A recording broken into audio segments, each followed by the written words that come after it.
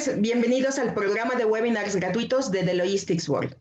Estoy viendo ya que la gente está accesando y vemos gente de Salvador, de Colombia, de Madrid, por supuesto muchos de México. Es la verdad un placer que nos acompañen desde tantos lugares. Yo soy Sandra Huchim, gerente de contenidos de The Logistics World, y les voy a presentar el día de hoy el webinar Consejos prácticos para una estrategia moderna de planeación de la demanda y SIOP, a cargo de Mariano Fichella. Él es vicepresidente de operaciones de Sam's Club México. Pero antes de iniciar, la verdad es que me encantaría darles un anuncio muy importante. Como recordarán, hace unos días tuvimos nuestro primer gran evento virtual llamado The Logistics World Virtual Event, y ya lo tenemos on demand totalmente gratuito para todos ustedes.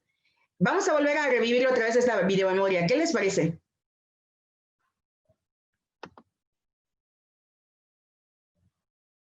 The Logistics World Virtual Event 2020, el evento virtual de logística del año donde la comunidad latinoamericana volvió a reunirse. Una innovadora experiencia digital gratuita en capacitación y negocios de 3 días. Capacitación del más alto nivel a cargo de gurús logísticos. We are living in an age of infatuation. It's being disrupted by 5 major mega trends. That's the way you might think about these extended supply chains reaching around the world. Y más de 15 conferencias especializadas con temas de vanguardia. Interacción con más de 300 proveedores que ofrecen una amplia oferta de soluciones logísticas. Búsqueda por empresa, producto, servicio o categoría. Información completa. Videos y fichas técnicas. Dejar tarjeta. Marcar proveedores. Además, un maratón de productos y servicios donde se muestran las innovaciones de nuestros proveedores. El evento virtual donde la comunidad logística latinoamericana volvió a reunirse. The Logistics World Virtual Event 2020. Revívelo on demand en nuestro sitio web.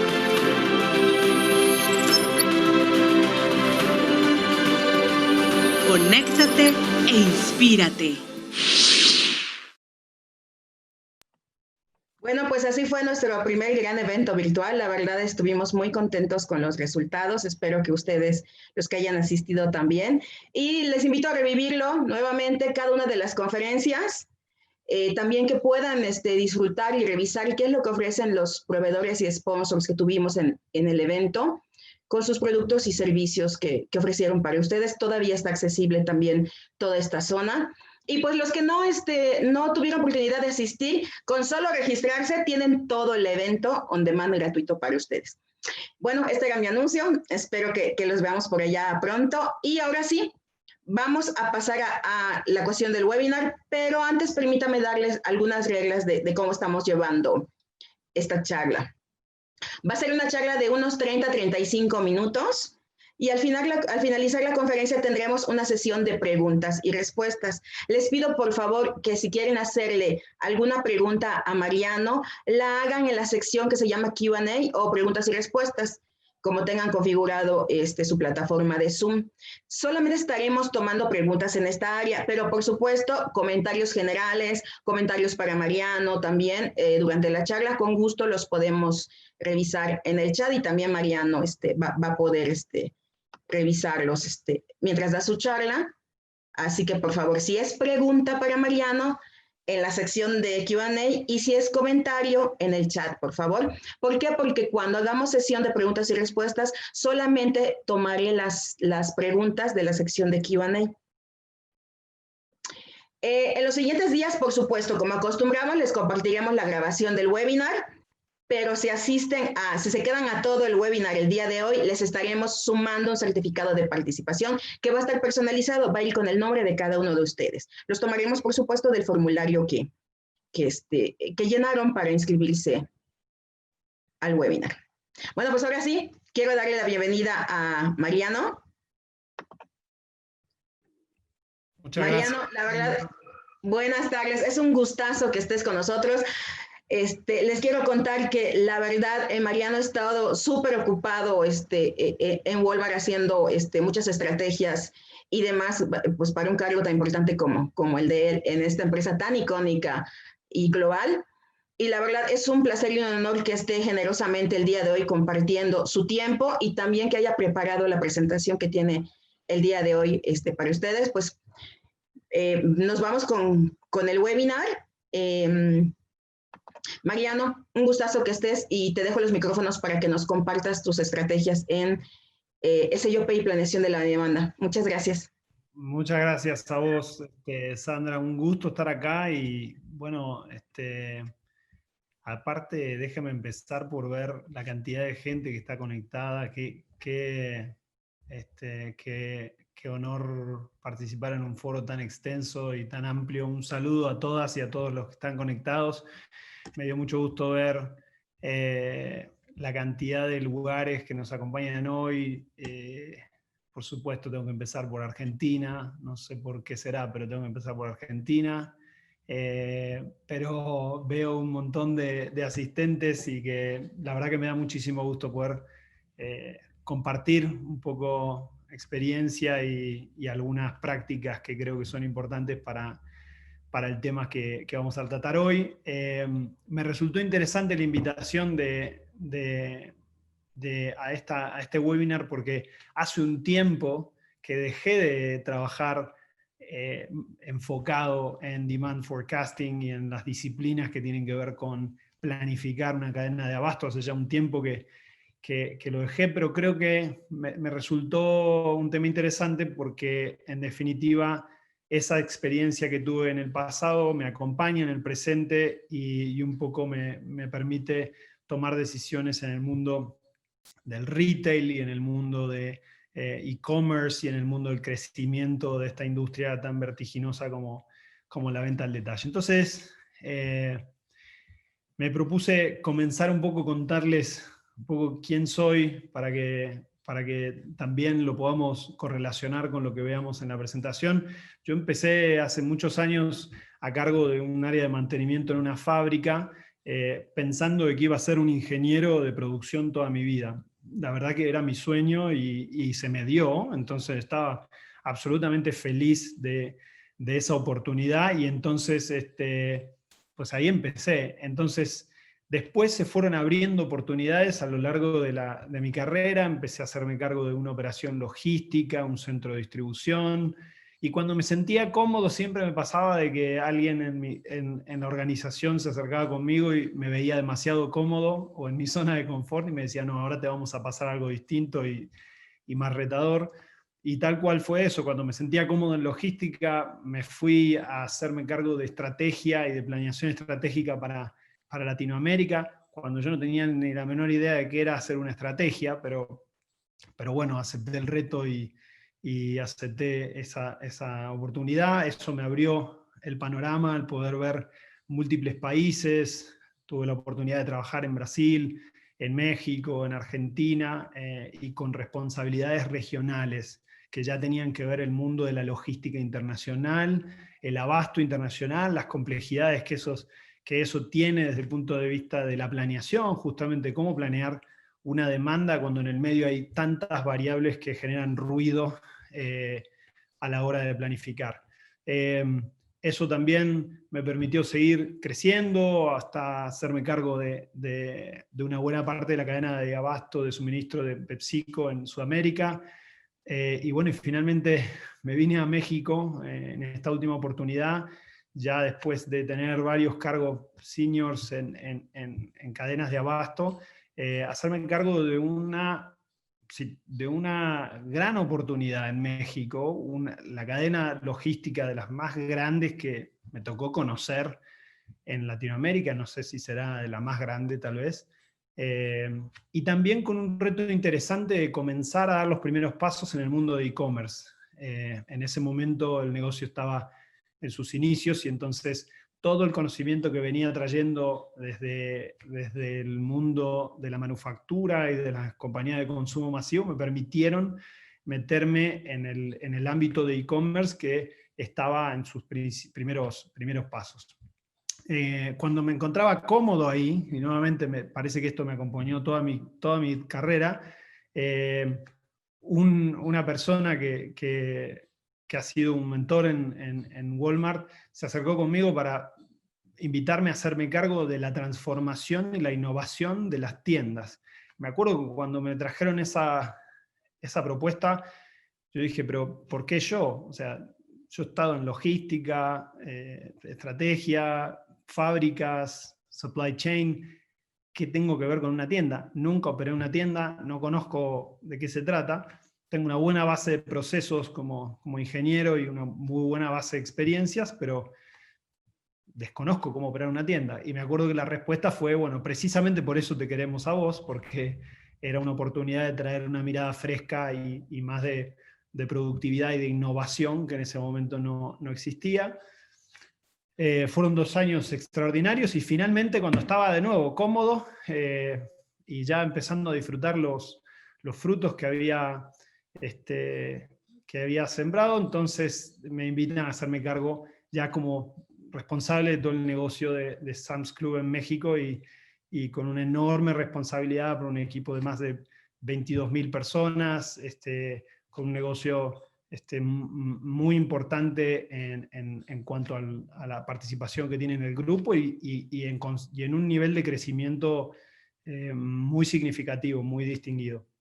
Entonces es un poco mi carrera y a lo largo del camino he tratado de mantener mi cuestión académica lo más intensa posible y lo más activa posible a lo largo de los años. Entonces, como pueden ver, el mundo de la planificación de la demanda me acompañó mucho más en mis estadios, en los primeros pasos de mi carrera, que en los últimos, pero el día de hoy, en la situación en la que nos encontramos, la capacidad de planificar un escenario de operación se transforma en una de las principales habilidades que tenemos que poner en la mesa para poder hacer una buena ejecución.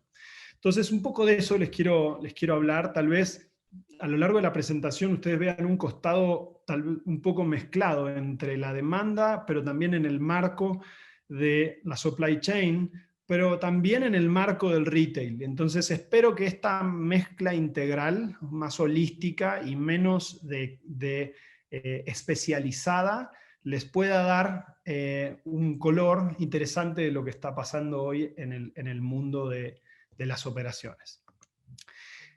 Y bueno, y esto hoy en este punto, e-commerce, empezando con e-commerce, porque es el elemento disruptor más importante que tenemos en este momento.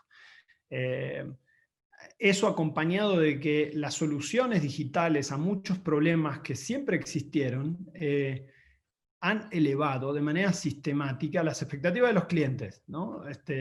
Nadie espera hoy que el Uber se tarde 1 minuto más de lo que dice la aplicación, ¿no? Entonces estamos ahí esperando, a veces abrimos la aplicación N veces pensando de que si la abrimos más veces el conductor va a llegar más rápido, ¿no? Entonces, ese frenesí por la expectativa ha generado muchas cosas. Definitivamente ha generado disrupción en muchos modelos de negocio. También ha generado mucho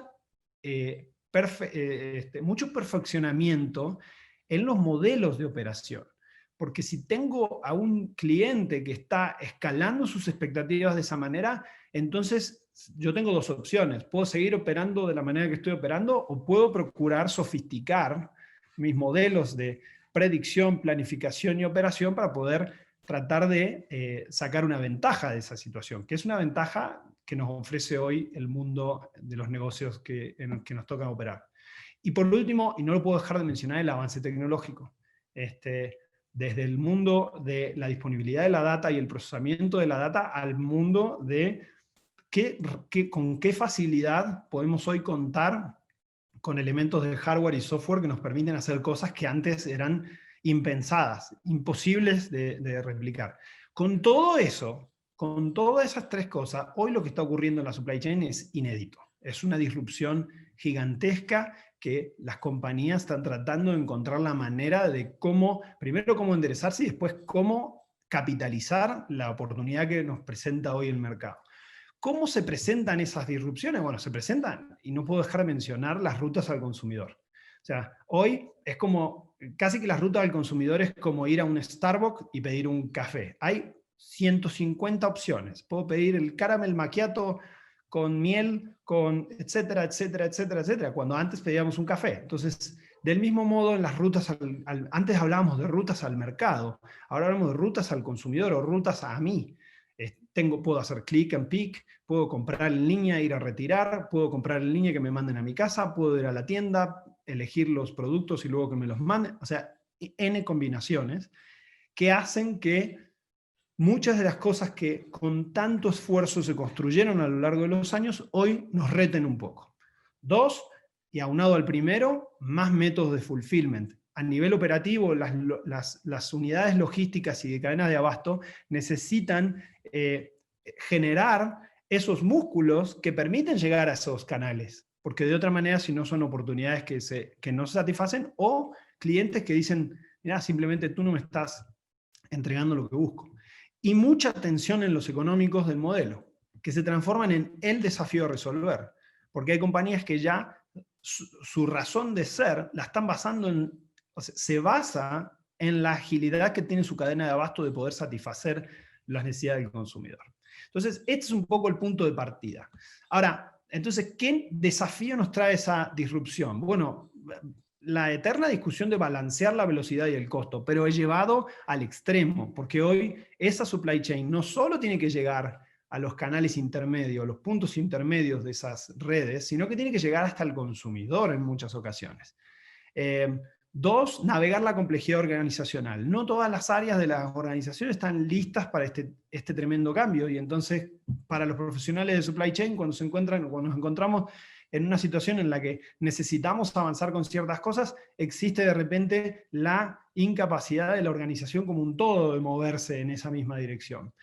Enorme carrera por la proximidad se ve en ambos sentidos. Se ve en compañías netamente del mundo físico migrar hacia el mundo digital y hacia el mundo del e-commerce, y compañías del mundo de pure players en e-commerce que están haciendo inversiones sistemáticas en el mundo físico, porque se dan cuenta que el mejor de los mundos para los clientes es cuando existe un complemento entre los dos componentes.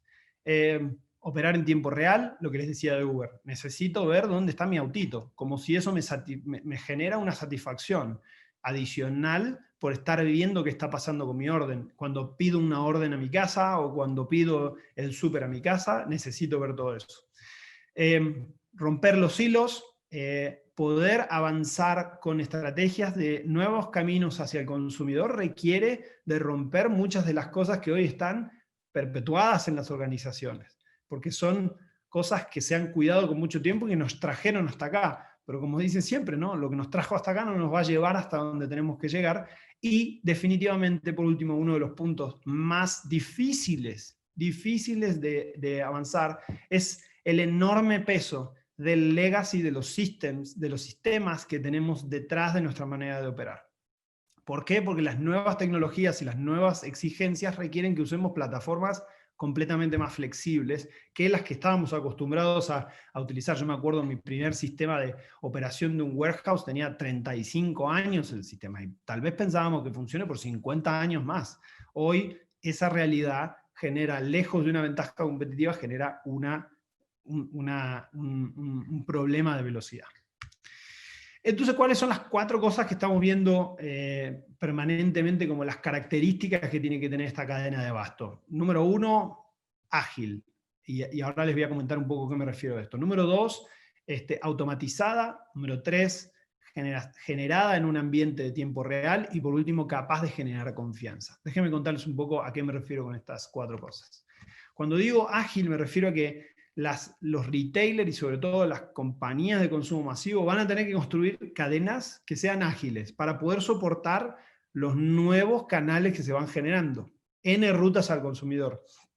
Y no solo eso, sino que además en el camino la vieja concepción de tratar de construir toda la cadena dentro de casa se hace cada vez más difícil. Y entonces tu capacidad para poder construir partnerships con empresas que se encuentran en el medio, como Last Mile Delivery Providers o 3PLs en el medio, o inclusive pensando en logística internacional con compañías que ayudan a poder hacer cross-border trade. Ese tipo de partnerships pasan a ser claves para que vos puedas estar cerca de tu consumidor. De otra manera, simplemente te estás oxidando, ¿no? Cuando hablamos de tiempo real, hablamos de que las expectativas de inmediatez de los clientes están creciendo como nunca. Entonces, ¿dónde se ve reflejado eso en el mundo de la planeación y en el mundo de la ejecución operativa, logística y de centros de distribución y fábricas? Bueno, visibilidad del inventario, una demanda completamente dinámica que acorta los ciclos de planificación y que los hace más cortos para tratar de tener mayor certidumbre con lo que uno está pronosticando. Una carrera por la proximidad que se ve en compañías que tratan de inclusive poner apéndices de sus organizaciones en lugares en donde no tienen presencia para poder ser más relevantes. Same day, me acuerdo hace 5 años atrás, cuando uno pensaba en e-commerce o uno pensaba en entregarle al cliente los nuevos canales hacia el cliente, uno pensaba en te entrego en 5 días, te entrego en 15 días, te entrego en 10 días. Hoy Same Day Delivery se transformó en el new normal, si queremos usar la misma palabra, la palabra que se está usando por todos lados. Es el nuevo normal, o sea, cualquier cliente que tú le propongas entregar más de un día te va a estar hablando de que tu servicio es un servicio vetusto y digamos, anticuado. Y también, muy importante, la migración sistemática entre el mundo online y offline. Y el click and collect es el mejor ejemplo de eso.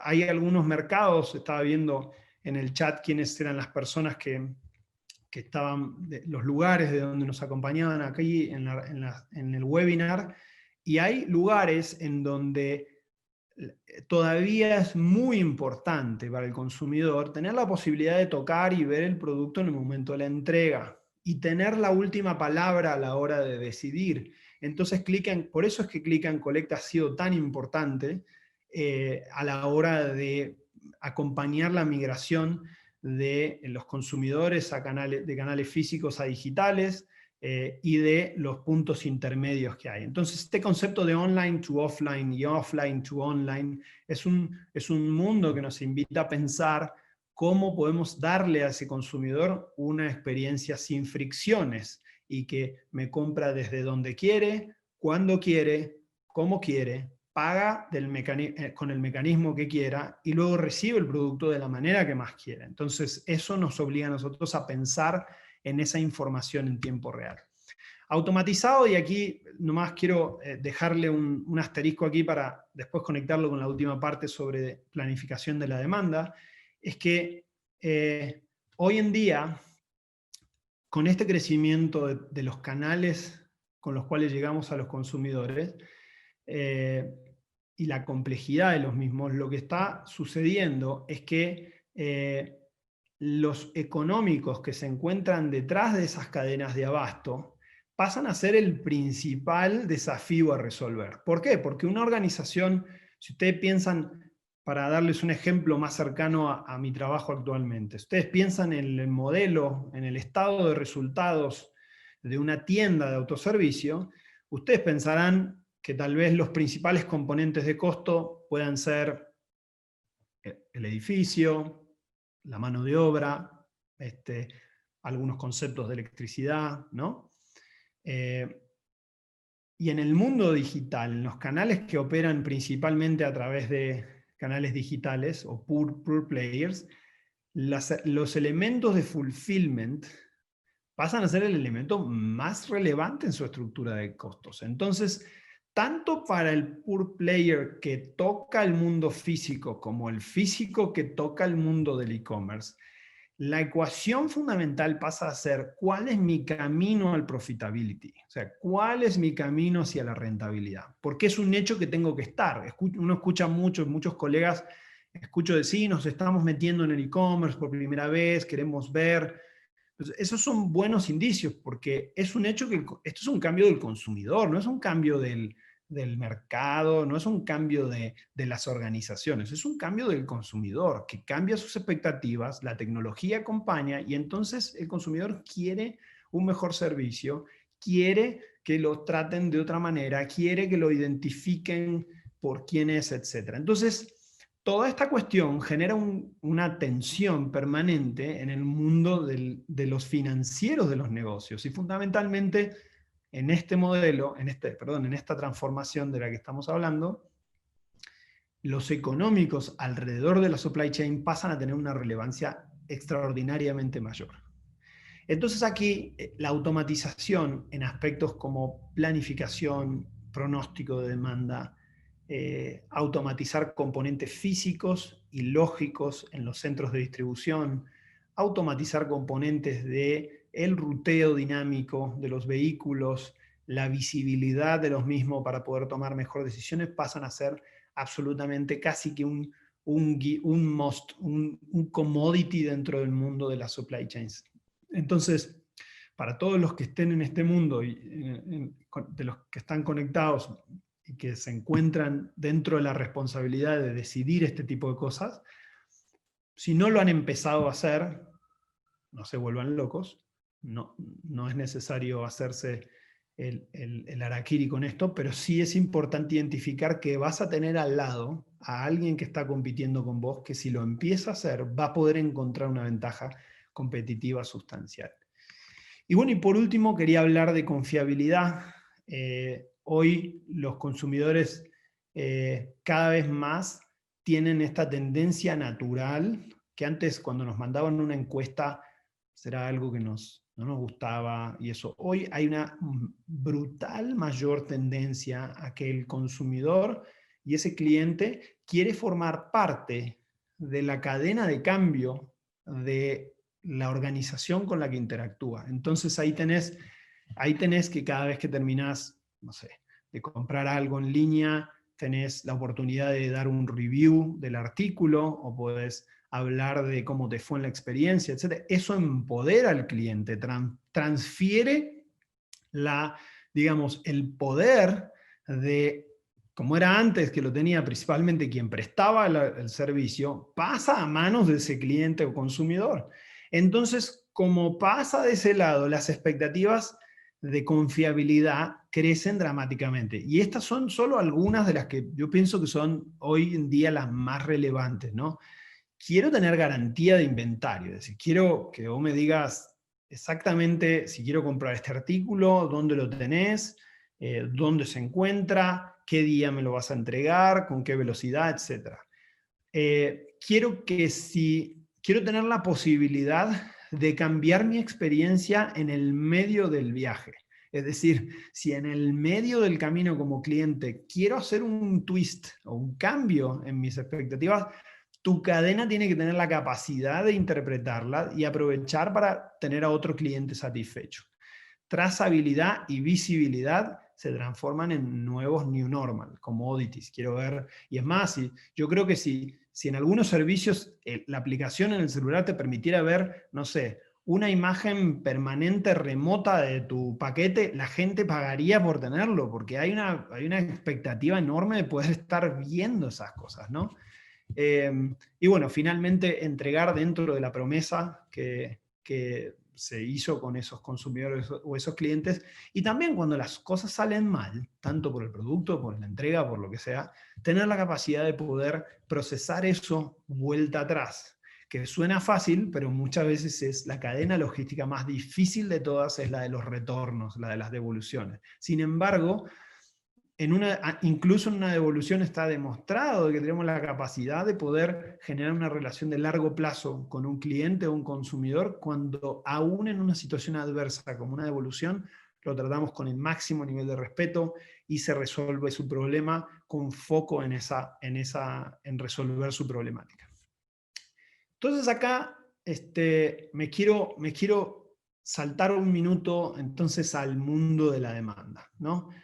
Seguimos queriendo responder las mismas tres preguntas. O sea, esto, por más que la tecnología y estos cambios nos invadan, no es que las preguntas fundamentales de planificación de la demanda han cambiado. La primera sigue siendo cómo hago para darle forma a mi demanda y cómo creo demanda para mi producto. Y ahí está el mundo de la planificación per se de la demanda, o así lo interpreto yo. Hablo del producto, de cómo proceso las promociones, cómo pronostico la incorporación de mis innovaciones y cambios en packaging en los productos, y cómo estimo el impacto que cada una de estas decisiones van a tener en el consumo de los ciclos que siguen.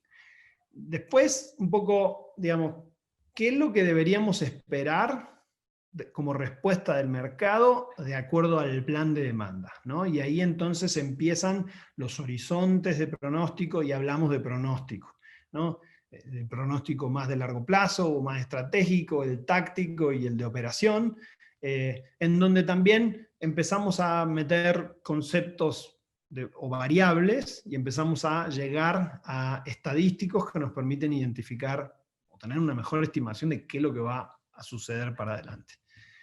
Y después tenemos el mundo, para mí, el más difícil de llevar dentro, porque hoy en día y cada vez más los programas y los modelos que te permiten hacer pronósticos son cada vez más intuitivos, cada vez más amigables para que los usuarios puedan utilizarlos, que empieza a ser más importante el cómo navegar la complejidad dentro de la organización.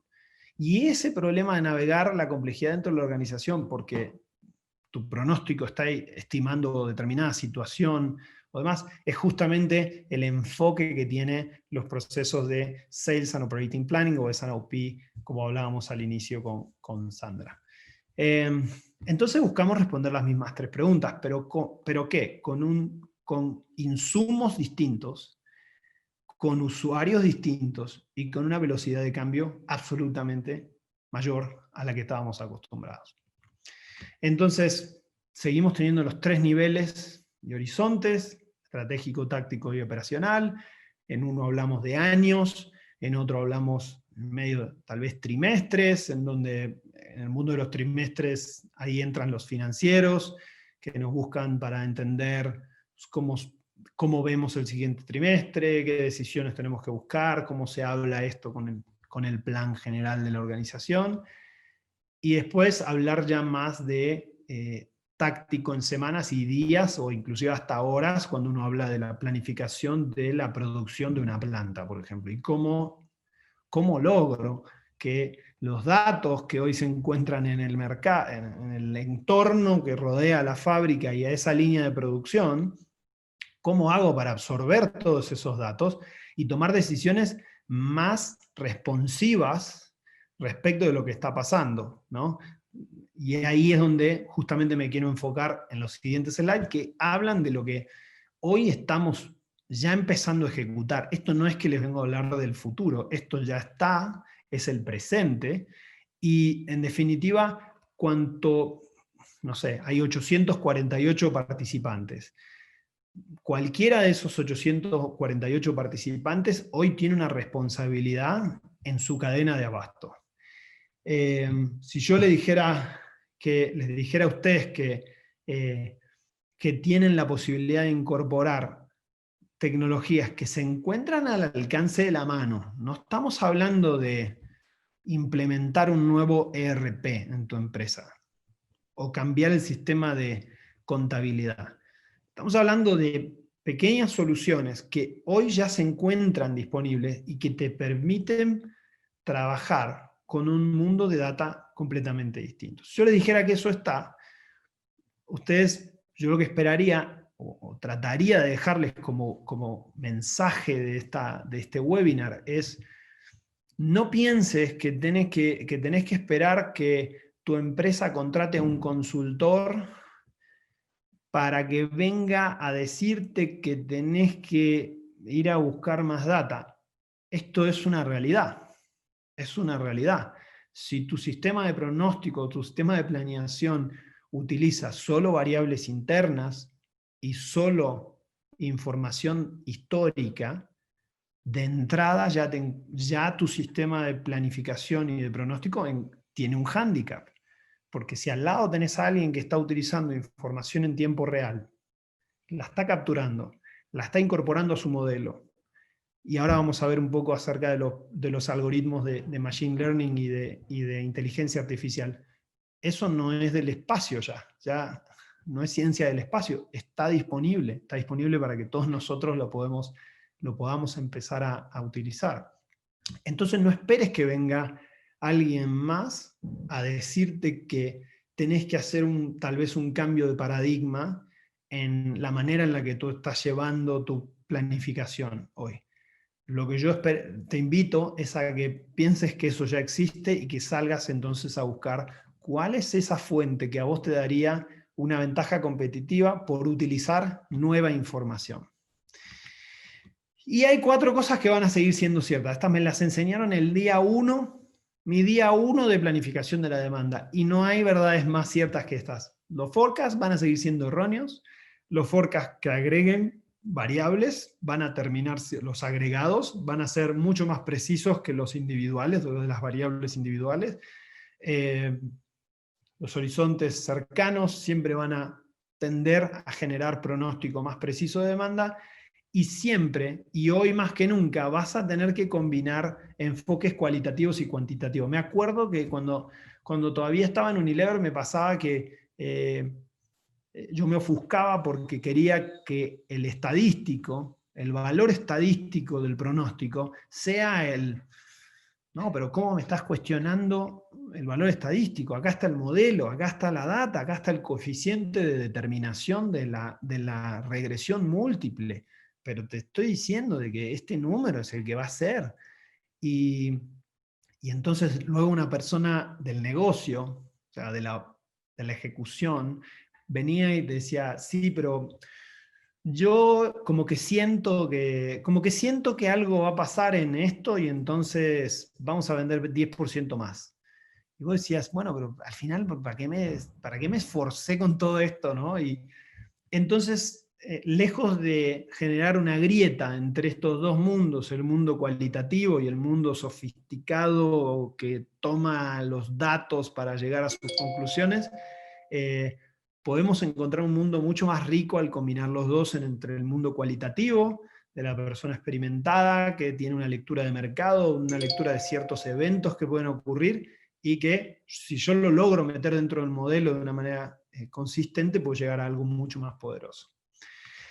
Entonces, ¿qué es lo que estamos buscando? Buscamos incrementar la satisfacción del cliente, porque espero que entonces toda mi planificación ocurra lo más cercana a lo que el cliente espera que ocurra, y eso lo vemos en el mundo del retail todo el tiempo. Cuando de repente entro en una de nuestras tiendas y encuentro un anaquel y encuentro un producto que no está, más que solo tratar de resolver el incendio, quiero entender qué fue lo que pasó, que nos llevó paso por paso a que ese producto no esté ahí. Porque si vino un cliente a buscar ese producto y no lo encontró, es porque algo no leímos del entorno, o de los datos, o de los datos internos, o de los datos históricos, o de los datos externos. 2, por supuesto hay una pata comercial aquí. O sea, si tu proceso de mejora a la hora de planificar no lo conectás con la eficiencia que terminás teniendo a la hora de optimizar tus rebajas, tus descuentos, pues estás perdiendo una oportunidad de conectar tu trabajo con el negocio, con las finanzas del negocio. Y eso es algo que aprendí cuando pude cerrar el círculo, cuando me encontré ya en el mundo de la venta y en el mundo de estar de cara al consumidor. Me di cuenta que de repente el lenguaje, el espacio, el lugar en la organización que ocupaban los equipos de pronóstico de demanda o de planificación de cadena de abasto, solía estar a veces muy alejado del consumidor. Entonces, si no aprovechás esta oportunidad de conectar lo que vos estás haciendo y la mejoras, por ejemplo, si trabajás en el mundo de la demanda, seguro que uno de tus indicadores es qué tan certero es tu forecast. tan simple como eso, tu forecast accuracy, como le llaman en inglés. Entonces, si vos te esforzás todo el año trabajando en tu forecast accuracy y solo te quedás con eso, te vas a terminar quedando en un mundo de especialidad y perdés la oportunidad de conectarlo con el consumidor y con el negocio. Por eso estos dos primeros que le menciono aquí. Tercero, obviamente hablar de cómo el trabajar con mejores pronósticos me permite planificar mejor cuestiones como workforce management o el manpower planning, tanto en una fábrica como en un centro de distribución o como en una tienda en el mundo del retail al final. Y cuarto, y una cosa que es bien característica, eficiencia. Cuando vos entras en una organización y te das cuenta que los equipos que planifican respiran incendio, respiran crisis, evidentemente tu sistema de planificación y sobre todo lo que les decía en el tercer nivel, el del demand management, el S&OP, esa alineación horizontal y vertical en la organización, cuando eso hace falta en la estructura, ¿qué pasa? Los equipos están apagando incendios todo el tiempo. Todo el tiempo. Entonces vos capaz que fuiste y contrataste a tu mejor ingeniero, porque dijiste, quiero que esté haciendo esto, pero si tu organización no está apoyando, no apoya la hipótesis de que si pronosticamos mejor, planificamos mejor y luego ejecutamos mejor, nos va a ir mejor, lo que te va a pasar es que vos vas a estar haciendo un esfuerzo sobrehumano, pero después te va a consumir el incendio. Huele a ceniza, ¿no? En esos casos. Es muy, muy visible. Entonces, ¿cuál es un poco la innovación? Y traté de resumir acá lo que, son palabras mías, pero traté de simplificar acá lo que estoy viendo y que hoy, inclusive fuera del ámbito de la planificación, de la producción o de la demanda de una compañía de consumo masivo, ya estoy utilizando, o sea, ya estoy llevando a la práctica. Los modelos autorregresivos tradicionales que utilizaban suavización exponencial, información histórica para llegar a mejores pronósticos y que optimizaban tus coeficientes de determinación de tus modelos, pero son muy buenos, son la base del conocimiento que hoy tenemos, pero al usar solo información histórica ya no son suficientes. Pierden ese potencial del uso de toda la data externa, data interna, la de hoy, cómo manejo esas variables para meterlas. La data disponible crece exponencialmente. Hoy, si ustedes se fijan, no sé, para pronosticar la venta de paraguas en una tienda de autoservicio, podemos utilizar decenas de variables. Desde el clima, podemos utilizar del pronóstico del tiempo, podemos utilizar los forecasts de los siguientes 15 días de humedad, o sea, podemos encontrar variables que nos permiten llegar a mejores números. Y en este sentido,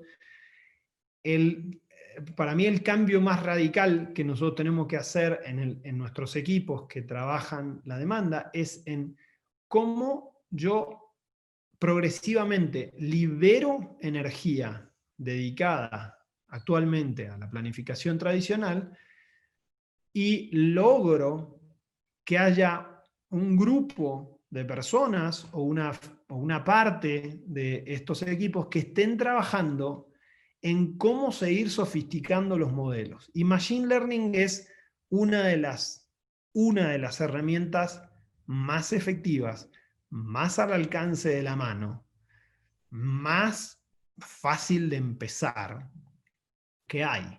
Y tiene que ver con cómo yo puedo cómo puedo traer nuevas variables que a la hora de meterlas en el modelo y permitir que este sistema aprenda. Cuando decimos aprenda, en el mundo de la matemática aplicada hablamos de la convergencia hacia una solución óptima.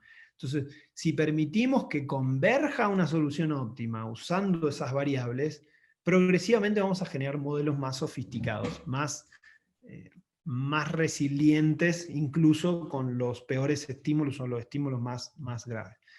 Sin embargo, y le puse el 70-30, la regla 70-30, 70% del problema está en hacer las preguntas correctas. Está en saber hacer esas preguntas que te llevan a buscar el dato. No necesariamente al revés. Uno de los peores errores que uno puede cometer a la hora de querer sofisticar es decir, bueno, ¿y cuáles todos los datos que tengo? ¿Cuáles son todos los datos que tengo disponibles? Y tratar de meter todo por el solo hecho de decir que estoy sofisticando mi modelo. No. Más bien te quiero retar, y quiero retar a tu equipo y a todo el equipo que maneja esta cuestión para decir cuáles son las preguntas que tengo que hacer. Recién hablé de los paraguas porque es la cosa más intuitiva que hay, pero por supuesto que hay elementos mucho más complejos que eso, ¿no? Desde, cómo la lectura sobre la congestión que existe en las rutas marítimas que conectan Europa con Sudamérica me puede permitir a mí identificar la probabilidad de un agotado de un artículo que traigo importado de Europa. Entonces yo puedo estar utilizando eso ex ante para poder tomar decisiones con el suficiente tiempo. Y 30% está en el diseño. 30% está en sí, ensuciarse, llenarse de barro y meterse a resolver estas cosas. ¿Cuál es la expectativa que yo tengo y que tenemos todos sobre esto conforme vaya avanzando? Mucho más accuracy en los forecasts. Definitivamente en las cadenas de abasto, y aquí hablo de las cadenas completas, no solamente de la entrega final hacia el consumidor, hablo desde las fábricas, desde el aprovisionamiento de las materias primas, desde la producción de aquellas materias primas. O sea, definitivamente lo que buscaríamos sería que esta evolución tecnológica nos lleve a un mundo con menos inventario, o sea, un mundo con mucho menores niveles de inventario. Eso hace que, por supuesto, los capital de trabajo, bueno, hay un mundo de consecuencias relacionadas con eso, ¿no? Luego, parámetros actualizados en tiempo real, mi sistema de pronóstico, mi sistema de planificación empieza a absorber datos, como les decía recién, ya más en tiempo real, y capaces de tomar decisiones no supervisadas. O sea, capaces de decir, yo ya no necesito que mi ingeniero esté permanentemente frente a la computadora para simplemente ver si algo sale mal, y si sale mal, tomar una decisión. Eso ya lo podemos transformar y hacer que nuestro ingeniero, en lugar de estar trabajando de ese modo, empiece a trabajar en la sofisticación del modelo. Y esa es la magia, o sea, cómo dirijo esa energía y ese potencial hacia lo que más transformación nos puede traer a nuestro pronóstico y nuestra planeación. Les decía, menos días de inventario y menos venta perdida y también mermas en el camino. Y finalmente mayor confiabilidad de inventario, ¿no? Tener una cadena de valor mucho más confiable a la hora de saber cuánto va a llegar lo que necesito y cómo lo vamos a consumir. Quiero terminar con la parte de demanda con las dimensiones del cambio. Y es un resumen de lo que acabamos de ver. En primer lugar, en el mundo de la demanda, la alineación horizontal de las decisiones pasa a ser cada vez más importante. Antes era normal ver a una organización en silos estancos que optimizaban sus elementos, hacían optimizaciones parciales de sus procesos. Y al final estaba el cliente, y el cliente esperando algo, y todos los que estaban atrás miraban a su propio proceso y decían, pero yo estoy óptimo, y yo estoy óptimo, y yo estoy óptimo, y yo estoy óptimo. Pero cuando tú metes todo junto, la solución óptima global no es la suma de las optimizaciones parciales de los componentes. Entonces la dimensión horizontal es fundamental, este criterio end-to-end de planificación. La alineación vertical, y acá tiene que ver estrictamente con Sales and Operating Planning, cómo desde la gerencia general o desde las expectativas del directorio o de la organización, cómo hago que eso cascadee hacia abajo y se transforme en un plan que hable expectativa con realidad. El grado de automatización en la decisión, esto es justamente lo que veíamos recién, no solamente incorporar data, sino también identificar cuál es la profundidad de la automatización que quiero darle a mi modelo. cuanto más automatización le dé, es probable que libere mayores cantidades de talento que se empiecen a dedicar a actividades que agreguen más valor a la organización, ¿no? Que se metan a trabajar en data, que se metan a trabajar en modelos, que se metan a trabajar en algoritmos que utilicen y tomen decisiones. La dimensión del cambio en términos de la instantaneidad de la información es un capítulo aparte, y ahí la invitación es difícil hablarle a casi 900 personas porque cada uno tendrá sus características, pero aquí la invitación es un poco a mirar alrededor y decir, bueno, respecto de mi modelo actual, ¿cuáles son las variables que hoy ya puedo medir que antes no podía medir? ¿Y qué preguntas salen de medir esas nuevas variables respecto de mi capacidad para pronosticar?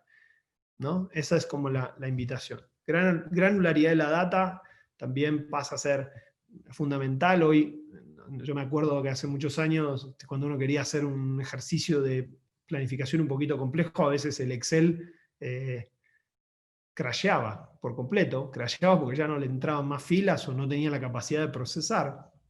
Pues hoy con plataformas como Tableau, como Alteryx o como algunas otras incluso mucho más complejas, son capaces de procesar una cantidad de data granular extraordinaria, integrarla entre sí, procesar tus hipótesis y llegar a las conclusiones en segundos.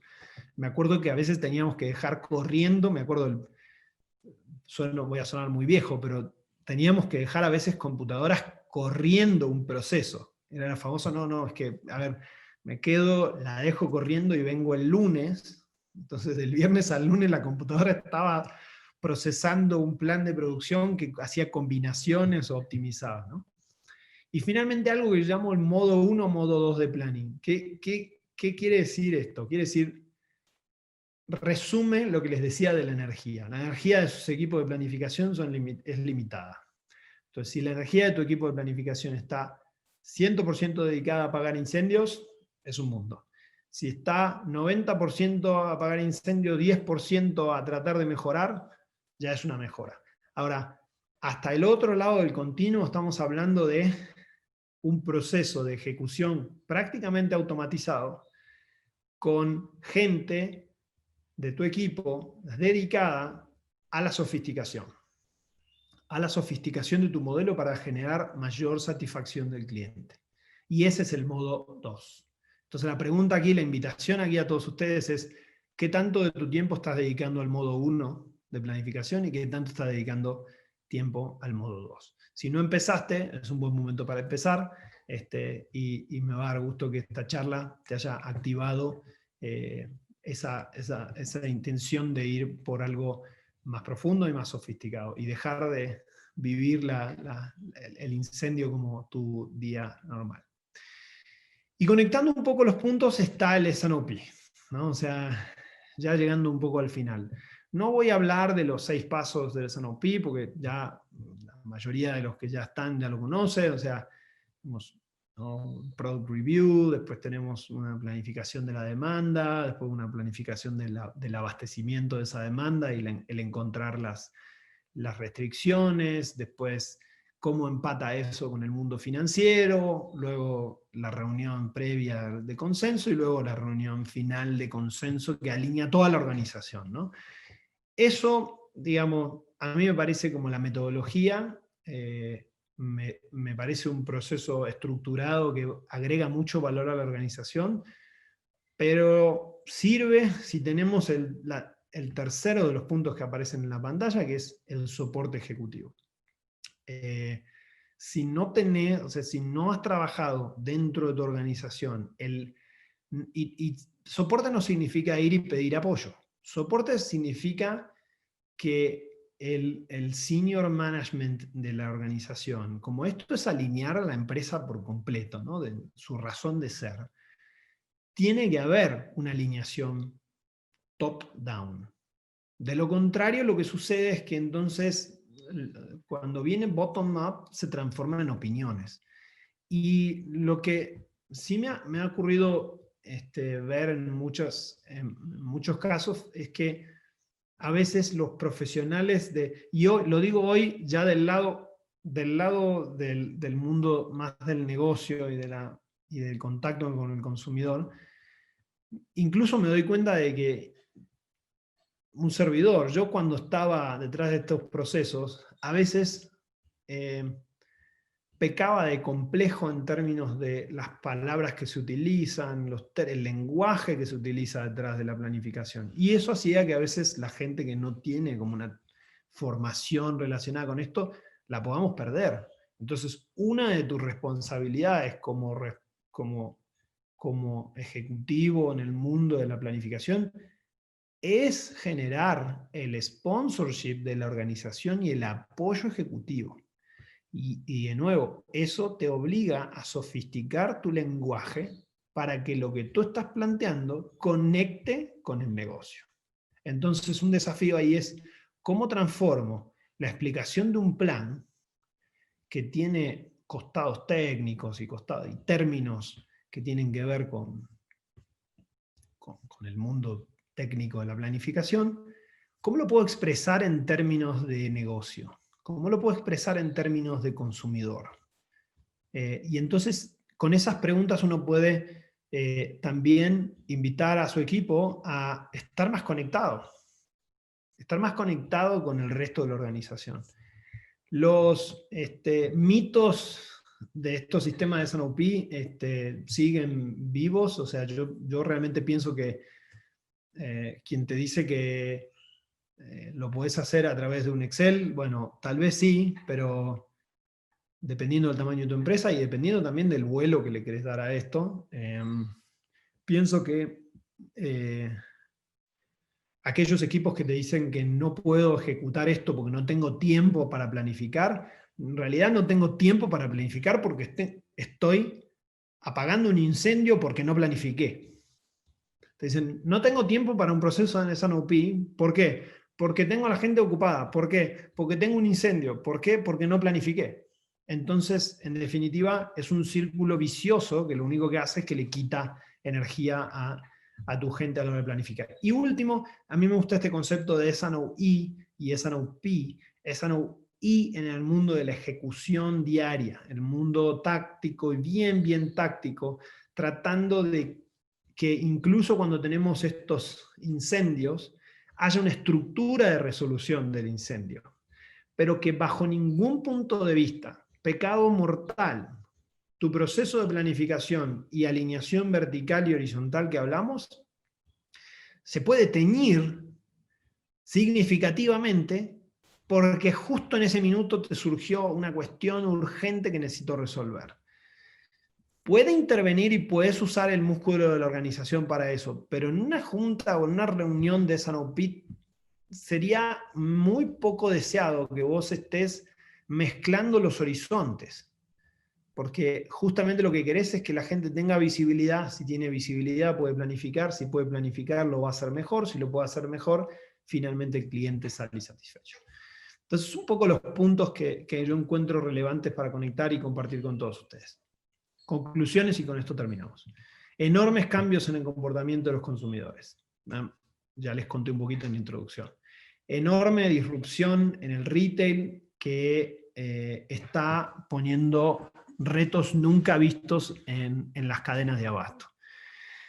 Las cadenas de abasto evolucionando a un mundo más ágil, que maneje el tiempo real como una competencia, que tengan grados de automatización que formen un continuo y que sean variables y que progresivamente veamos crecimiento en el mundo de la automatización, una explosión en la disponibilidad de la data que hace que invita a los equipos de supply chain planning a utilizar nuevas fuentes y a emplear a tu equipo más bien formado, menos en el mundo del incendio y más en el mundo de la sofisticación de tu modelo.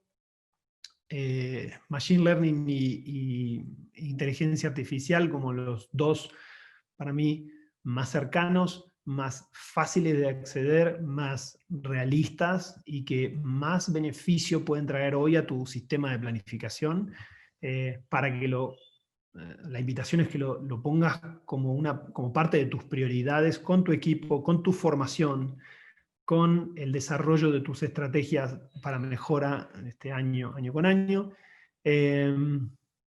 Las múltiples dimensiones del cambio que les planteaba, y finalmente S&OP y S&OE para mí más relevantes y más presentes que nunca. Entonces, quiero pausar aquí, tenemos un espacio para preguntas, estoy viendo un 95 ahí arriba, que es el de chat.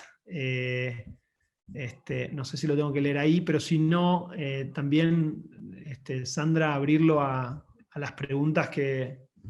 Yo sé que hay 90 preguntas, tal vez no nos dé el tiempo, pero después con gusto puedo tratar de responder o orientar en las más representativas. Pero bueno, hasta aquí la presentación, y por supuesto que abrimos el Q&A, y también este es mi correo en caso de que alguien se quiera comunicar conmigo y resolver alguna duda o pregunta. Muchas gracias, Mariano. La verdad estoy realmente fascinada con el material que nos mostraste. Yo no sé, de repente hasta pienso, bendito sea Dios, que yo soy organizadora de conferencias y no soy logístico, porque el retote es enorme y hay muchas cosas que hacer y que pensar, pero también es muy apasionante, ¿no? Algo que me encanta, por eso me encanta hacer estos webinars, hacer información para logísticas, porque es apasionante y retador, y siempre hay cosas nuevas para hacer, para crear. Es infinita las posibilidades, ¿no? Sí, tenemos muchas preguntas, vamos a tratarnos rápido.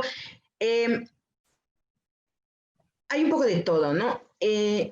Por ejemplo, aquí te voy a leer sobre todo las que fueron más votadas, ¿no? Para que sea como, para tratar de buscar responder a los más interesados, ¿no? Ernesto Alejandro nos pregunta, ¿tener menores niveles de inventario requieren forzosamente contar con esquemas de abastecimiento oportuno, de rápida reacción y acuerdos con proveedores? Pero si esto que depende de terceros no está, ¿cómo lograr la disminución de los niveles de inventarios sin mermar la capacidad de producción y respuesta? Súper buena pregunta, y digamos, tal vez da para un capítulo completo, otro webinar completo acerca el concepto de CPFR, ¿no? Que no es nuevo, no es un concepto nuevo, pero que hoy, de nuevo, por la facilidad de interacción entre datos y la facilidad de colaboración, se hace mucho más viable. Mi respuesta es que el consejo es... No se trata de un camino binario. No se trata de un camino binario, se trata de un camino progresivo. O sea, un camino progresivo en donde, como bien dice Alejandro en la pregunta, decía, claro, ¿qué pasa si mi proveedor tiene demasiada variabilidad y entonces yo no lo puedo incorporar en un esquema de eficiencia en pronóstico? Invítalo a planificar contigo.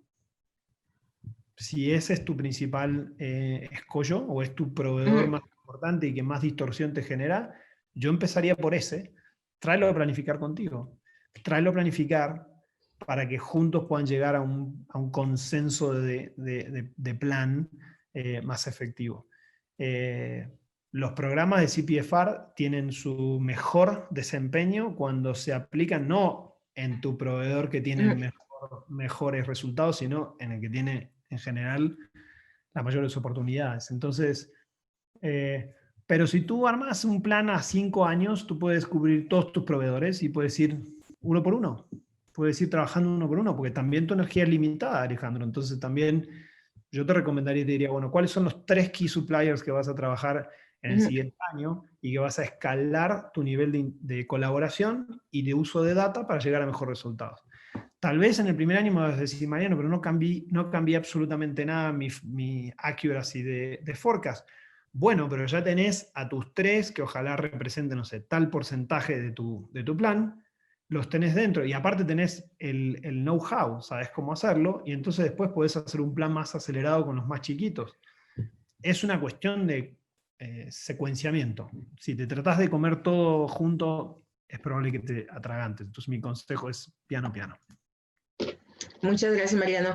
Esa también es una pregunta súper votada. De hecho, creo que lo platicaste un poquito en tu charla e incluso dijiste que el pronóstico no es solo de tus históricos de pronóstico, no es lo único que debes ver y estás ya mal si solo eso haces, pero quieren que construyas un poquito más sobre esto. Esta tuvo 13 votaciones y la hizo Andrés Méndez. Dice, buenas tardes, Mariano, una pregunta. ¿Usar la historia de años anteriores es útil para planear la demanda en tiempos de COVID? O tal vez incluirle cómo entonces retomo esos históricos para traerlo a todas las demás variables que manejabas que uno tiene que estar mirando, ¿no? Sobre todo cosas hacia afuera que decías traerlas adentro. Entonces, buenísima pregunta. No es que suena un poco engreído de mi parte, ¿no? No es que estás mal, o sea, estás bien, estás usando un buen sistema y todo. Lo que quiero decir es que tal vez estás perdiendo una gran oportunidad. Yo soy muy apasionado y de repente puedo llegar a sonar así, pero... No, igual y yo lo dije, ¿no? O sea, sí dijiste que ya no se debe hacer, ¿no? Pero hacer algo más, ¿no? Pero lo que te voy a dar un ejemplo, y la respuesta sencilla es no. ¿Por qué? O sea, no puedo depender únicamente de los históricos en un momento en donde los patrones del fenómeno subyacente de mi demanda están teniendo tantos cambios. Te doy un ejemplo absolutamente reciente. En el mes de marzo empezamos con la pandemia y con todos los fenómenos que cambiaron el comportamiento. El fin de semana, pues, progresivamente se fue transformando en un día en donde la gente quiere salir menos. Antes era un día en donde uno veía un pico por ejemplo, de tráfico en una tienda de autoservicio muy significativo, y eso fue cambiando. Entonces, hay un proceso de pronóstico de demanda dentro de una tienda de autoservicio que es el que determina cuántos cajeros tengo que tener en cada hora, a cada día, en cada tienda. Entonces, si yo utilizaba los patrones de demanda, de tráfico del histórico, definitivamente no iba a poder resolver esto. Y el concepto autorregresivo, al suavizar y empezar a usar información más reciente, iba a ser demasiado lento. Entonces ahí fue donde tuvimos que empezar a utilizar data que existe disponible, de tendencias de tráfico por hora por día, que están disponibles en Google mismo. Si ustedes lo buscan, lo pueden encontrar. Y también información proveniente de fuentes como Uber Media. No sé si para los que no lo conozcan, les recomiendo que lo busquen. Es información relacionada con la ubicación y los movimientos desde los celulares de las personas, y que cuando tú instalas una aplicación, al aceptar términos y condiciones, tú puedes tener como determinadas cosas. Entonces, esas son fuentes de datos nuevas, innovadoras, que te permiten tal vez no tener la precisión que buscas, pero te pueden ayudar mucho cuando tú tienes que construir un patrón absolutamente nuevo, ¿no? Entonces, eso es un ejemplo, y entonces la respuesta sencilla es: cuando el patrón subyacente está cambiando drásticamente, usar información del pasado lo único que va a hacer es que va a enaltecer el error, ¿no? Ok, perfecto. Aquí el tema de Machine Learning y Data también despertó bastante interés. Nos dice Francisco Rodríguez, particularmente, ¿qué algoritmos de Machine Learning han mostrado mejores resultados en el mundo del retailer o bien en el e-commerce? ¿Y estos algoritmos solo se usan para el demand forecasting o para algún otro output del supply chain en el e-commerce? El más relevante de todos, y esto no es algo, o sea, es algo que está en el mundo digital en este momento, es el del utilizar tu comportamiento en una plataforma digital, va generando rastros. Cuando tú estás en una página, tu comportamiento genera rastros. Esos rastros se pueden resumir en conceptos que se denominan, sin tener nombre. No necesita tener el nombre y el apellido de la persona que dejó ese rastro, pero se transforman en lookalikes, que se llaman lookalikes. No tengo la palabra en español, se conocen como lookalikes. Y esos patrones o lookalikes lo que nos permiten es identificar acciones que el algoritmo puede identificar. Entonces nosotros dejamos el algoritmo simplemente procesando los rastros. Dejamos los rastros digitales de todos los usuarios en nuestro sitio o en un sitio. Olvídense de Walmart, vamos a cualquiera, ¿no? Tú puedes ver todos esos comportamientos. Con esos comportamientos el algoritmo va tomando decisiones. Tú puedes codificar para que esos rastros se transformen en determinadas lookalikes que luego se direccionan a determinadas acciones que tú puedes dejar supervisadas o no supervisadas. Entonces, por ejemplo, puedes transformarse simplemente en un algoritmo de recomendación. Cuando ese algoritmo va aprendiendo sobre esos rastros, va aprendiendo sobre los lookalikes y luego te sugiere cambiar el carrusel de la pantalla principal de tu website, esa es una aplicación tangible que hoy existe de manera generalizada en el mundo del retail. Pero es una de muchas otras más. Nos podríamos tomar horas para ver eso. También en el mundo del análisis del desempeño de las tiendas, es muy común también utilizar información en tiempo real del movimiento de las personas en zonas de calor dentro de una tienda, Sí. para tomar decisiones acerca de el layout de la planta de una tienda, ¿no? Y dónde uno puede tomar... ¿Dónde se queda más tiempo? ¿Dónde hay más gente? Todo esto, ¿no? Sí. Y uno no necesita estar observándolo, podría decir, bueno, mira, cuando este puntito se quede aquí por más de tantos minutos, lo interpreto como una pausa, entonces luego puedo identificar en qué partes de la tienda uno tiene más pausas, y esas pausas pueden identificar por ejemplo, a confusiones en cuanto a la señalización. Y entonces el algoritmo simplemente aprendió de que ahí hay muchas pausas.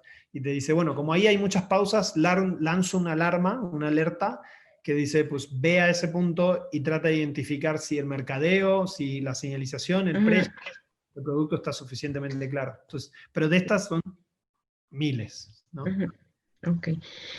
Nos preguntan también por Paul Sánchez, ¿quién está a cargo del Demand Planning, Forecasting y Management? ¿El área comercial o el área de planeamiento de logística? O según hay empresas que están de un lado, hay empresas que están de otro. Es que es muy, o sea, no tendría perdón, pero no tendría una respuesta porque tiene mucho que ver con el grado de, a veces las compañías que son más pequeñas tienen mucha mayor consolidación de funciones, y hace mucho sentido que estén consolidadas porque si no serían pues, personas pasándoselas de estafeta, pero en compañías que van tomando mayor tamaño hay un valor detrás de tener especialidad. El profesional que planifica, que pronostica la demanda, es un profesional que no necesariamente tiene los mismos skills que aquel que corre un centro de distribución. Son distintas habilidades. Entonces, híjole, creo que hay tantos casos como empresas, pero me inclino más por el mundo de supply chain planning a que del mundo de logística, o sea, del final de la cadena. Ok. Nos preguntan también, Alejandro Laniero, ¿cómo se modela el forecast para evitar los backorder o quiebres de stock? Y esto de los backorder nos lo preguntaron varias. Además que fue una de las más votadas, vi la pregunta varias veces, ¿no? Wow, pero esto es ya una clase académica de forecast. Bueno, existe una metodología. O sea, existe definitivamente una metodología que básicamente lo que hace, para empezar desde lo básico, arranca con las existencias actuales, luego continúa con el pronóstico, y luego toma una decisión con base en el nivel de servicio que uno quiere tener en determinado punto final de la cadena, que se ve reflejado en los famosos stocks de seguridad, ¿no?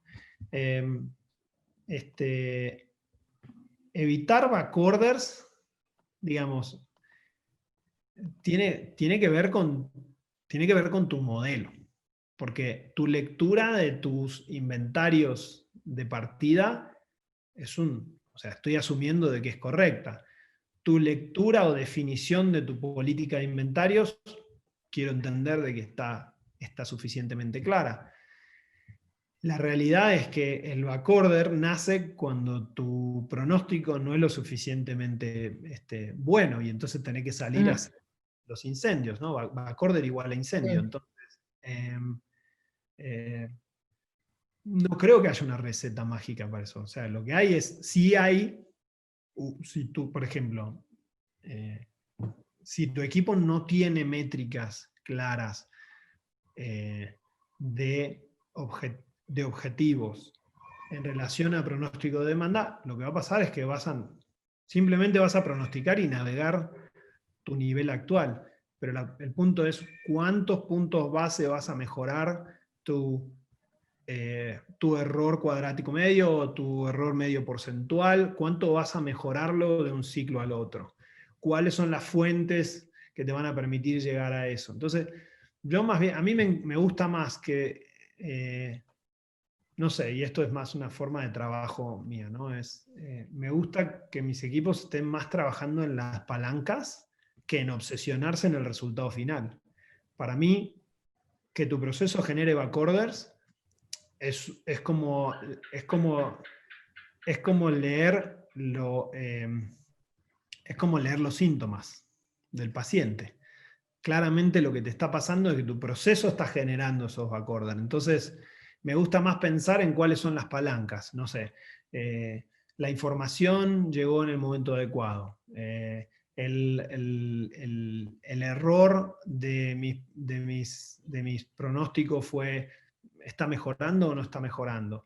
Esa es la obsesión que tenés que tener para poder evitar backorders, pero no creo que haya una receta generalizada para eso, ¿no? Creo que es justamente la esencia de lo que buscamos. Ok, Mariano, sí, me queda la preocupación, sinceramente. Espero encontrar mi leche deslactosada, Great Value, seguramente cuando yo vaya. Y si no está, nuestro pronóstico está fallando. No. Nos preguntan, y esa también fue muy preguntada, Paul Sánchez. ¿El ser ágil no genera mayor costo? Es decir, al buscar maximizar el profit con el mínimo de recursos, ese es el gol de todo ingeniero industrial. ¿Ser ágil es un giro contrario a esto hoy en día? ¿Ser ágil es un giro contrario a esto hoy en día? No, fíjate que no. A ver, para mí la definición de agilidad, tengo una definición simple y una definición un poquito más elaborada. La simple es que agilidad habla de cuando una organización está 100% concentrada en el cliente. Después hay tiempo para optimizar elementos parciales de la cadena. O sea, y no necesariamente satisfacer la necesidad del cliente tiene que estar peleado con el ser eficiente, financieramente, productivamente. Ágil significa eso. Cuando vos vas a una organización y en esa organización las personas están hablando del cliente y cómo satisfago a mi cliente de una manera más significativa, esa es la primera señal de que hay agilidad.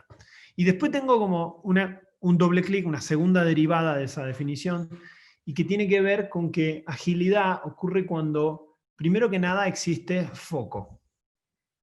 No puede haber agilidad si no hay foco. Foco quiere decir que voy a determinar las batallas a trabajar, que están definidas por estar concentrado con el cliente. Número 2. Flexibilidad. Entonces, foco y flexibilidad. ¿Qué significa eso? Flexibilidad quiere decir que el entorno puede cambiar muy rápido y entonces tengo que tener la capacidad de poder cambiar de dirección muy rápido en lo que quiero resolver. Y finalmente, velocidad. Entonces, foco, flexibilidad y velocidad. Yo no creo que hoy en día ninguna empresa que está orientada al cliente o al consumidor pueda darse el lujo de decir, mira, no, mi único objetivo, a mí no me importa el cliente, es bajar los costos de una manera obsesiva para ser más rentable. Si eso no va acompañado de que todo lo que haga le haga sentido al consumidor, es una receta para el fracaso, porque va a venir alguien que va a estar en tu contexto competitivo, se te va a poner al lado, va a implementar tu mismo modelo de negocio, pero orientado al cliente, tal vez aceptando inicialmente menores niveles de rentabilidad, y se va a comer tu negocio.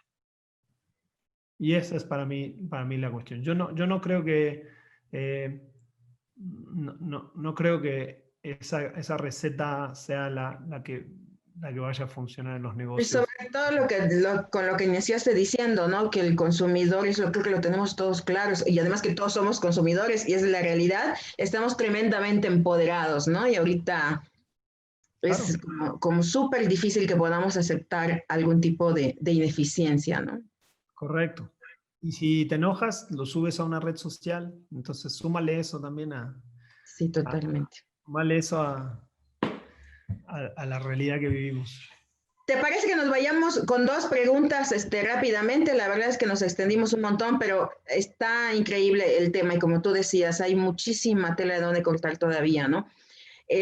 Tengo muchísimas todavía y quería yo, nos preguntan, ¿podrías volver a explicar la diferencia entre S&OP y S&OE? Claro. ¿Podrías construir más sobre esto? Sí, por supuesto. S&OP tiene por objetivo fundamental, dentro de muchos objetivos, tiene por objetivo el alinear la organización. O sea, eso es alinear la organización detrás de un objetivo, detrás de un objetivo financiero, detrás de un objetivo que ese financiero se transforma en objetivo operativo y demás.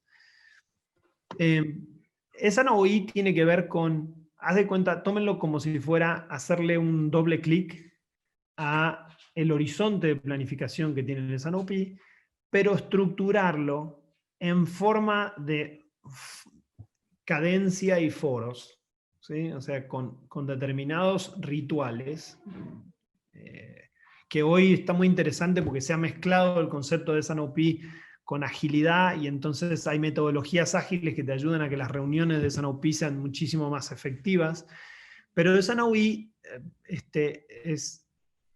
te invita a que lo táctico que ocurre en el día a día tenga cuerpo de programa. Y entonces, en lugar de estar mandando, te voy a dar un ejemplo así como muy simple, o sea, en lugar de que estemos mandando 40 correos sobre desviaciones del plan que fue acordado en S&OP, ¿cómo podemos tener a las personas que toman las decisiones, ¿no?, detrás del proceso, pero en una frecuencia mayor, ¿sí? Que permita entonces ir navegando ese plan con decisiones tácticas mucho más cercanas? El S&OE no existía, y la cuestión es que hoy los equipos ágiles, como por ejemplo un equipo basado en Kanban, podría tranquilamente tener a alguien del equipo de ventas, más alguien del equipo de planificación de demanda, más alguien del equipo de planificación de producción, más alguien del equipo de DRP, y entonces ellos no intervienen en el proceso de planificación de mediano y largo, pero sí intervienen en cómo hacemos, acá estamos todos juntos, todas las partes que participan en el proceso, todos juntos, todos los días, en el mismo lugar de trabajo, tomando decisiones para que el plan de mayor nivel se vaya logrando. ¿Sí me explico? Eso es algo que nos invita el mundo de la agilidad a meter dentro del ámbito de la planificación de la demanda. A mí no me tocó llevarlo adelante. Yo era más de que teníamos que vivir con los correos, y que al final me dijiste que tenían que llegar 1000 tapas de esto y llegaron 500, ¿qué hacemos? Y entonces ahí empezaban los problemas, ¿no? Entonces, el mundo de la agilidad invita a que los equipos de supply chain puedan trabajar de una manera mucho más end-to-end, y tal vez una pequeña célula, con las personas adecuadas, con el empoderamiento adecuado, te permiten que se tomen decisiones sobre esas variaciones todos los días, todos los días. El equipo vive junto, ¿no? Nomás me apasiono de pensarlo porque en su momento podría haber estado fantástico donde me tocó trabajar esto y bueno, esa es un poco la definición, pero si no, también les puedo compartir un poco de material al respecto. Muchísimas gracias. Y bueno, pues la última y nos vamos, Mariano. Me da mucha tristeza porque la verdad está increíble la charla y también la gente está muy, muy enganchada. La última es de Gerardo Alcántara. Tuvo 27 votaciones, Mariano, por eso le quería dejar. Me da miedo ya. Es la más. No, está tranquila, está súper, es la más tranquila de todas, de hecho. ¿Qué software recomiendas para demand planning? Esto es el que no puedo decir. No, mira, me encantaría decirlo, pero así aquí sí tengo o sea, violaría algunos principios que tengo que... Ok, perfectísimo. Reserva porque, digamos, tiene que ver con la empresa en la que trabajo y el partnership que tenemos con algunas organizaciones. Tienes toda la razón. Con mucho gusto. O sea, vamos a reajustarla como para que tú estés contento y también nuestros asistentes contentos. ¿Qué debe tener un software o cómo definir la herramienta que debe acompañar a tu demand planning, ¿no? Muy buena reformulación de la pregunta. Muy buena conectividad de datos. Muy buena conectividad de datos. Entre un sistema con menor potencia de pronóstico y un sistema de mayor potencia de pronóstico, pero si el de menor potencia de pronóstico tiene mejor capacidad de interactuar con los otros software de la organización, me quedo con el segundo y trato de compensar la potencia de pronóstico, número 1. Número 2, el aspecto visual de la cara que tiene del user interface que tiene el planificador se me hace fundamental. Y más cuando el número de SKUs empieza a crecer. Cuando el número de SKUs o, bueno, dependiendo de si es producción, número de materiales empieza a crecer, la capacidad para que la productividad de tu planificador mejore tiene mucho que ver con lo visual. Número 3, y lo pongo en una expresión, no me muestres la data cruda, procésalo y muéstrame las excepciones. Ese es el número 3. Si tu software no te muestra las excepciones a tu proceso, vas a estar teniendo, por definición, una pérdida de productividad. Entonces, el día que tomen la decisión de embarcarse en un software de planificación, observen qué elementos tiene para mostrarte alertas y alarmas por excepción. Número 5 o 4, creo que ya. 4, capacidad para conectar con fuentes externas de datos. Y esto tiene mucho que ver con lo que hablábamos del nuevo potencial que hay detrás de eso. Hay plataformas que fueron creadas hace muchos años que no permiten incorporar fuentes externas, y desde APIs que uno puede tener en APIs de datos que están disponibles en Internet, y eso es algo que te va a generar un hándicap enorme. Si te metes en una plataforma antigua que no tiene la capacidad de conexión con fuentes externas, pues vas a tener que tener ahí a una persona copiando y pegando permanentemente. Entonces, esa te diría que son las que más se vienen a mi mente. Y luego, pero simplemente porque me tocó ser planificador y me acuerdo que durante un buen tiempo, hasta que le agarré la mano en su momento, me acuerdo que todos los viernes era un dolor, todos los viernes tenías que quedarte más horas y era tremendo. Y fíjate, tenía que ver con la portabilidad o la movilidad del software. Tiene muchísimo sentido hoy con los avances que hay para que los software puedan ser mobile. Yo entre un software no mobile y mobile me quedo 100 veces con el mobile, porque entonces tu gente va a poder estar tomando decisiones con mayor frecuencia, ¿no? Entonces me quedo con esas características, quizá a riesgo de perderme de algunas, pero son las más relevantes que me vienen a la mente en este momento.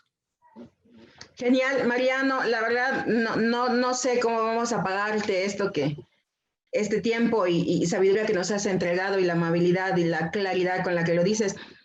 Yo lo que me encantaría es que volvieras a darnos una charla de CPFR tal vez, o alguna otra. Pero... Si bien hablamos de retail o de otras cosas, te amo también. Yo creo que genial.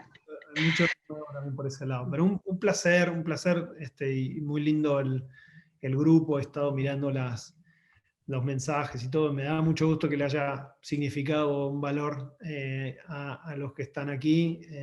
Sé que tienen distintos niveles de responsabilidad y está muy interesante porque el que está empezando sabe más o menos por dónde dirigirse, y el que ya está consolidado, ojalá que le haya generado una tensión en su proceso actual para mejorar. Pero bueno, ha sido un gusto y muchas gracias por la invitación, y un saludo a todos los participantes y a los organizadores. Muchas gracias, Sandra.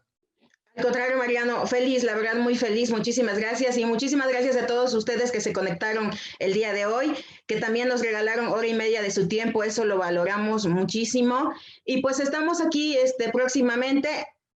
Tengo los datos del siguiente webinar, y se los voy a contar. Va a ser el jueves 26 de noviembre a las 10 a.m. El tema es mejores prácticas en gestión de almacenes, y va a estar a cargo de Alexander de Sousa. Él es director de logística para Middle Americas de AB InBev, estos que son de Grupo Modelo, y que también son excelentes, fabulosos speakers. Ya los hemos tenido también algunos de nuestros eventos, y pues ojalá que estén con nosotros el próximo mes. Muchísimas gracias, Mariano, genial, maravilloso. Un placer a todos y un saludo, me da mucho gusto participar. Hasta luego, muchas gracias. Buenas tardes y buena suerte.